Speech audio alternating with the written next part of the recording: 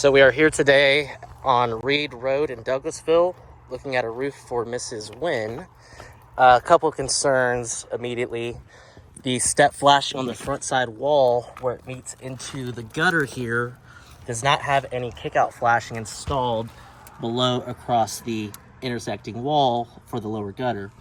Effectively, that's going to leave us with issues such as the rotting wood that we're seeing there below across that section with the fascia.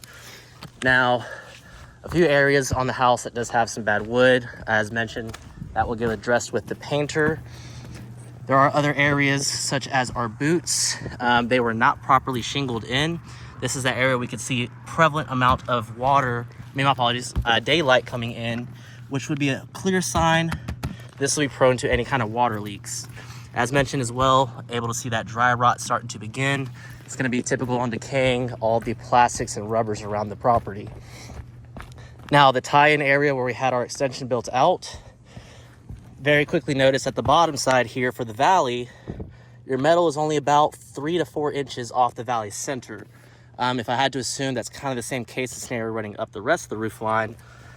But if we look below, you're able to see that they installed the original felt paper with nails. Going to give you a huge disadvantage with those being prone to any kind of water and humidity. And as you saw, they're going to be rusting out. Again, with the install on the newer section, even though it is a newer installation itself, was able to find lots of inconsistencies, such as an improper nailing pattern.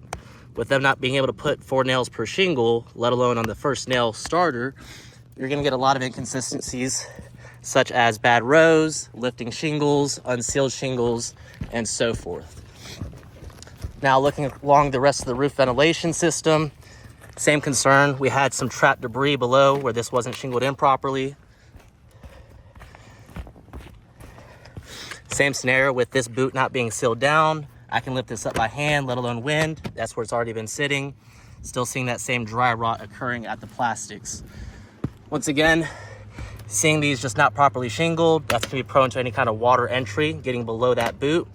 Got to remember, there's still a giant hole cut here in the center for this to access through to the attic space, leaving us again prone to any kind of water intrusions.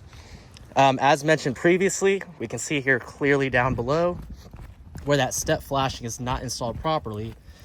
On the interior of the home, this will be where that water entry is taking place. Again, leading back to that kickout flashing not being installed correctly for the gutter, something that can be remediated with the roof.